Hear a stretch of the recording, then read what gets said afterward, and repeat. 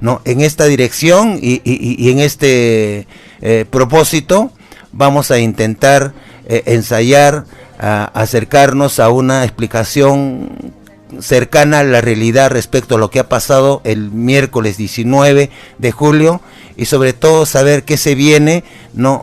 Bajo la pluma y la mirada del sociólogo Martín Guerra, catedrático universitario, señoras y señores, quien ya está con nosotros. Martín, muy buenos días, bienvenido al programa Sin Patrones. Muy buenos días, Juan José, qué gusto encontrarme contigo y con tu público. Un abrazo a todos. Después de largo tiempo. Así es, pero ahí estamos firmes. Correcto. Martín, de pronto a manera de introducción, para colocarnos el contexto, tu mirada, tu balance y conclusiones respecto a la jornada de protesta al que hemos asistido el pasado miércoles 19 de julio y que de pronto empiezo de manera provocadora, ¿no? A muchos les ha asustado, ¿no? A hacer uso de este nombre de la tercera toma de Lima y que inteligentemente, entre comillas, ¿no? Se han dedicado a colocarle otro nombre y lo han llamado Marcha Nacional de Protesta el 19 de julio. Sin patrones. Sí, comencemos por ahí. Incluso algunos personajes de cierto sector de izquierda que entiende la protesta como una especie de manipulación social para poder arribar a alguna posibilidad electoral o más burdamente algún cargo político, algún acuerdo político, y hay muchos casos que podemos señalar, ¿no? Publicaron incluso por escrito que la toma tenía un tinte casi insurreccional. Entonces, incluso la Constitución, la del 93 y además la del 79, ¿no? Validan el derecho a la insurgencia cuando hay un gobierno híbrido, un gobierno despótico, un gobierno dictatorial. Entonces, este sector de izquierda está más atrás que la Constitución neoliberal del 93 y que la Constitución desarrollista del 79, que la izquierda no quiso firmar, por cierto. Entonces tiene una mentalidad de retroceso de casi medio siglo, ¿no? Lo cual debe ser preocupante para ellos. Para quienes estamos en el campo popular, no tanto, nos da un poco de risa nada más porque es triste, ¿no? Empezando por ahí. Lo segundo, importante decir que este proceso de toma de conciencia y de protesta es acumulativo, es paulatino, ¿no? Hay quienes se desesperan porque quisieran pues 100.000 personas marchando. Eso se va a dar en su momento. Lo interesantísimo es que han habido varios miles de personas, un grueso de la población limeña que ha participado en la llamada toma de Lima, y es correcto que se llame así porque incluso en su acepción original, etimológica, tomar significa creer, afirmar, ¿no? Posesionarse de algo. Entonces está muy bien el concepto, tanto cognitivo, si queremos llamarlo así, como político-táctico, ¿no? Tomar Lima, porque Lima le pertenece a los peruanos, ¿no? No solamente una élite, como ellos lo ven, que incluso han bloqueado carreteras. Entonces Lima, que era adversa a las marchas, a las movilizaciones, ha estado mayoritariamente en la participación activa de esta salida a las calles de nuestro pueblo. Pero también se han dado manifestaciones en otras regiones del Perú, casi en todas, en algunas mínimamente, en otras de manera más total, pero se ha participado. Y ya están llegando nuestros hermanos de provincia Lima, lo cual significa que las movilizaciones van a ser cada vez más grandes, ¿no? Como ocurrió ayer, que ha sido una movilización contundente. Y algo tercero, Juan José, es señalar lo que ahora las editoriales de los principales periódicos de Lima con alcance nacional ya han sacado, ¿no? Leer sobre todo el Comercio, los diversos articulistas que analizan la marcha, le están tildando de marcha pacífica, es decir, que la derecha ya se asustó y está cambiando de balances, están tildando a la marcha pacífica, y que el gobierno es un gobierno que no comprende que la marcha es pacífica, que no significaba ninguna amenaza para el statu quo, y lo que ha hecho Otárola, lo critican a Otárola, es haber aumentado el potencial de la marcha con su miedo, y lo único que ha creado es que pase de ser una marcha política a ser una marcha social, y que hay que tratar de responder a la población lo que está pidiendo de manera paulatina. O sea, empiezan a acomodarse y empiezan a transformar. Primero la marcha no fue poderosa, Ahora la marcha sí lo fue, pero fue pacífica, lo que ellos entienden por pacífico, es decir, que la marcha no intenta ningún cambio del estado de cosas, lo cual es falso, y van a intentar domeñar esa marcha, manipularla, tergiversarla e imponemos un programa que es ajeno al pueblo, ¿no? Ya.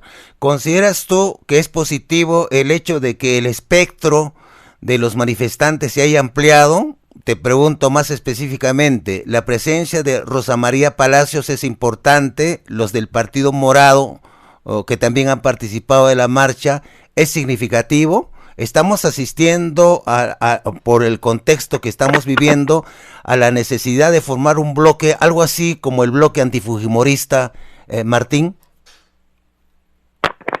Obviamente los sectores de reformistas de la izquierda, llamémosle reformistas a los que solamente están esperanzados en cambiar el administrador del mismo modelo explotador, ¿no?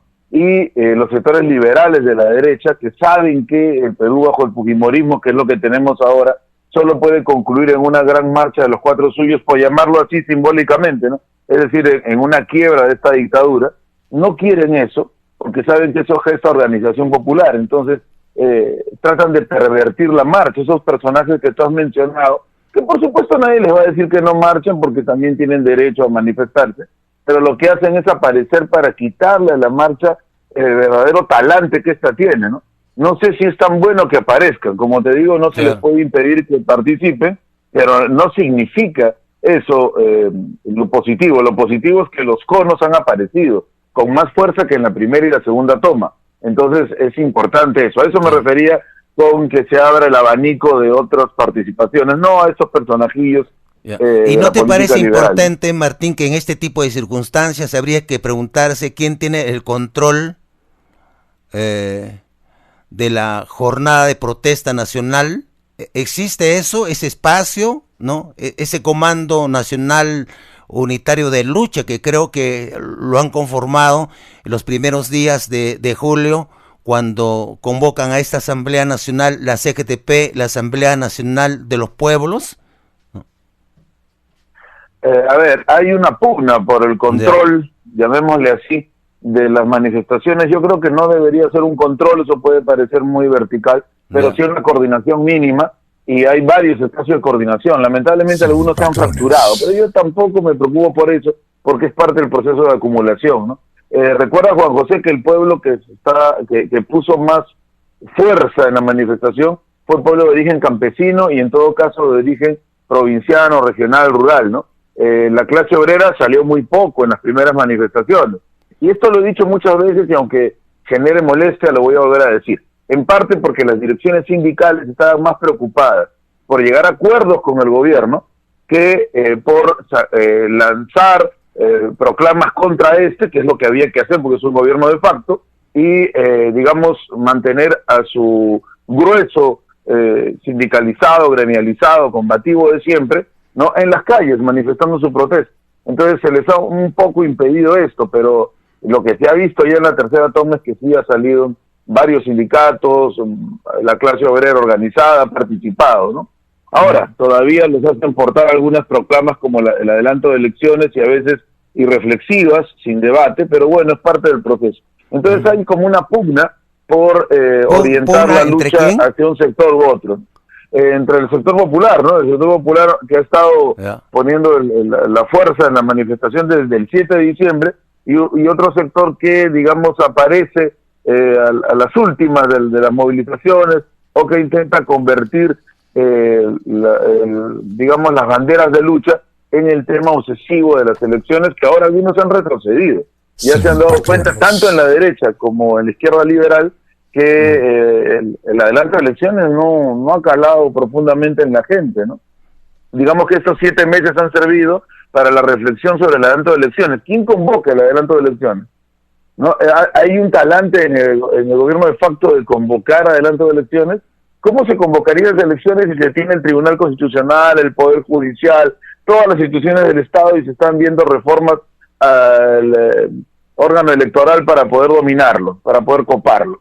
Entonces, esas elecciones podrían llevar al triunfo a quién, ¿no? Entonces, hay preguntas que tienen que hacerse. Además, si uno convoca de arranque el 7 de diciembre, que lo hicieron, a nuevas elecciones, está reconociendo al gobierno de facto como un gobierno de continuidad constitucional del gobierno elegido de Pedro Castillo, que significó el voto del sur sobre todo, y que tuvo 16 regiones exitosas sobre 24 con la mayoría de la votación.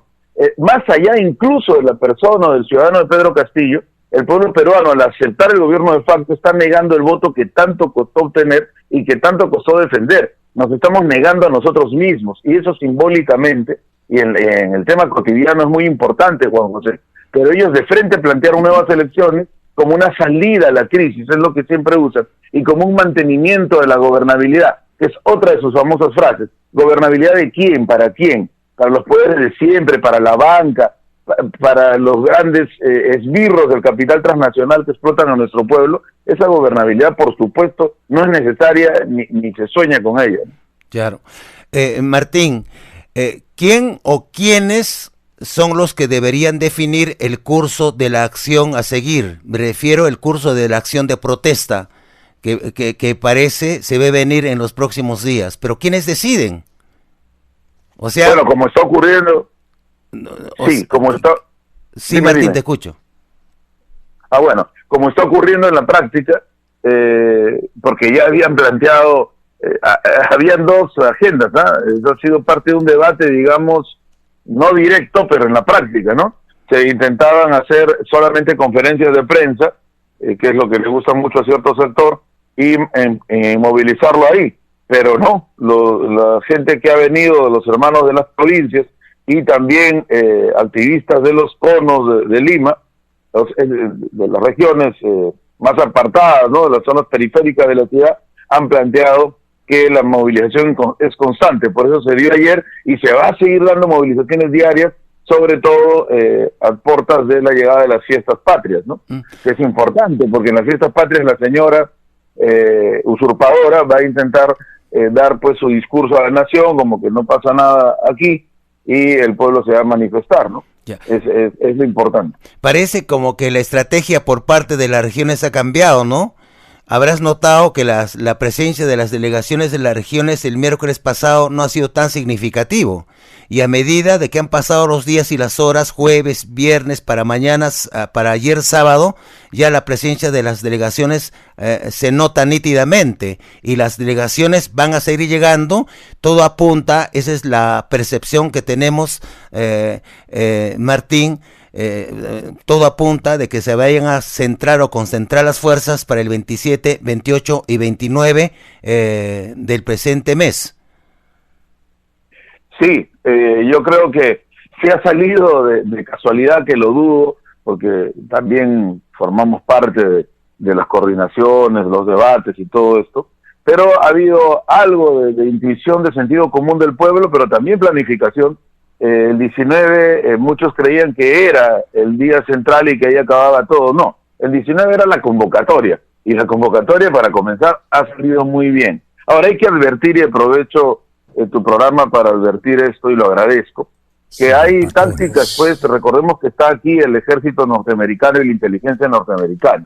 El 19 se dio, por ejemplo, como una especie de luz verde para que la población se aproximara al Congreso. Así es. Y una vez que la población estuvo en el Congreso, comenzó la represión. Debemos tener cuidado con esto, porque un gobierno como este se sostiene en la represión, y si no reprime, no logra, atemorizar a la población o llevarla hasta el extremo de debilitar sus fuerzas. Y no se ha estado reprimiendo el primer día, ¿no? Yo creo que lo que se intenta es que la población pise el palito, como se dice popularmente, y se acerque a las zonas rígidas, y ahí tener justificación para reprimir. Entonces tenemos que ser más inteligentes y actuar en conocimiento de esto que se está planteando, que es una especie de provocación simulada, ¿no? Ahora, tampoco pueden reprimir mucho porque tienen cierto escenario internacional adverso. No pueden reprimir, pero necesitan reprimir. Eso nos lleva a la conclusión, Juan José, que está en un atolladero, ¿no? Y eso puede significar el inicio del fin. Claro. Y parte de la estrategia comprende lo que ha señalado la señora Dina Boluarte y el señor Otárola Martín, desde tu perspectiva, en el sentido de que ella está invitando a dialogar a los manifestantes sobre concretamente alguna agenda social que no necesariamente es una agenda política.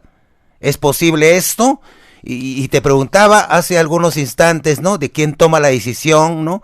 Quiénes están controlando o han tomado por asalto el movimiento popular y lo está dirigiendo a nivel nacional, porque a mí personalmente me parece sumamente interesante. Si son los que ya sabemos y con los antecedentes que tienen, bueno, a estas alturas del partido, ¿no? Se empiezan a plantear, ¿no? ¿Dialogamos o no dialogamos, no?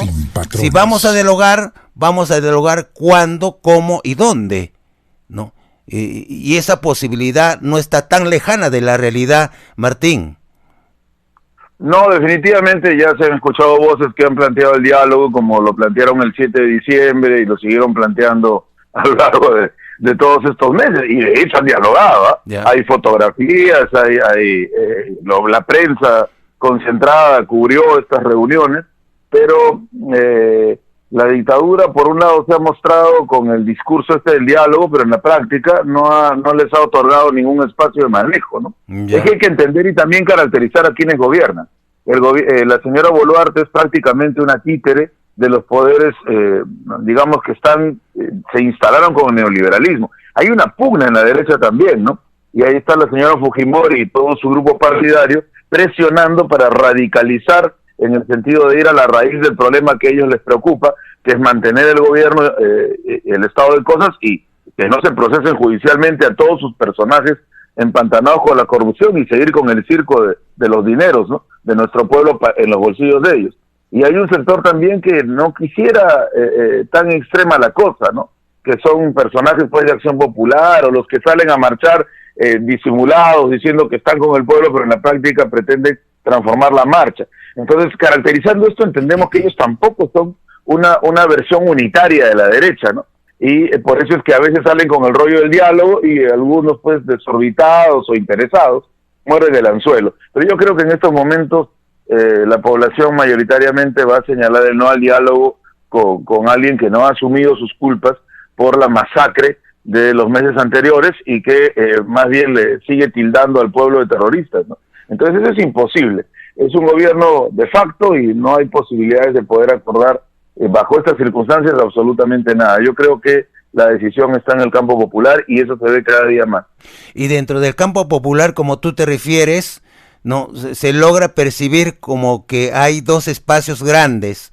Uno, la famosa CENUL, que ha sido creada en esta Asamblea Nacional, que convoca la Asamblea Nacional de los Pueblos y de la CGTP, el Comando Nacional Unitario de Lucha, ¿no? Si tú lees los documentos que se han acordado en este espacio nacional, claramente se dice, cuando diagnostican y hacen un balance de las luchas del momento, ellos dicen que en la primera y en la segunda toma de Lima, ¿no? El vacío o el error es que no había dirección política, implícitamente dando a entender que con la conformación de este CENUL, de este Comando Nacional Unitario de Lucha, ahora sí de verdad le van a dar una dirección política a toda la lucha a nivel nacional.